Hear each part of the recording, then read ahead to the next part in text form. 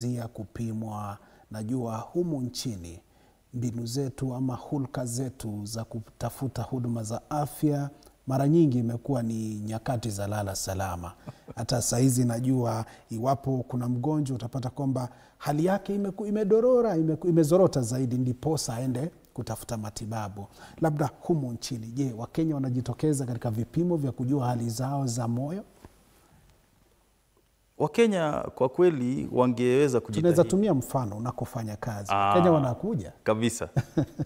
Kwa hivyo kwetu ambapo tunafanya kazi kule Karen, hospitali kuu ya Karen, tunaona Wakenya wanakuja kwa sababu wameathirika tayari. Ndio. Na hapo itabidi Wakenya kujitahidi kidogo. Ndio.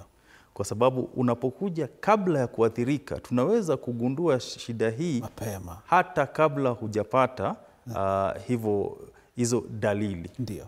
Lakini wengi wanakuja kwa sababu dalili zimekuja ama ni wakati wa dharura. Ndio.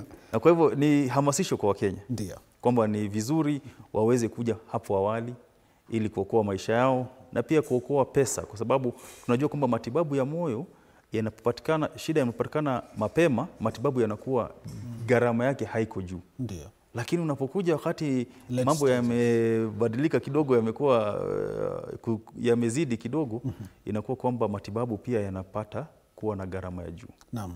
Shukrani sana kwa kauli hiyo. Mtazamaji, umeweza kuyasikiliza mwenyewe kuhusiana na shughuli nzima ya kukuhamasisha kuhusiana na ugonjwa wa moyo, kwa sababu tunakujali pia ukiwa pale nyumbani, na ni vizuri zaidi uweze kuzingatia hilo na kulifuata kikamilifu ili kuokoa maisha, alivyosema daktari, na ndiposa tunazidi kukuelimisha, kukufahamisha ili uwe sawa katika kuyafahamu masuala haya.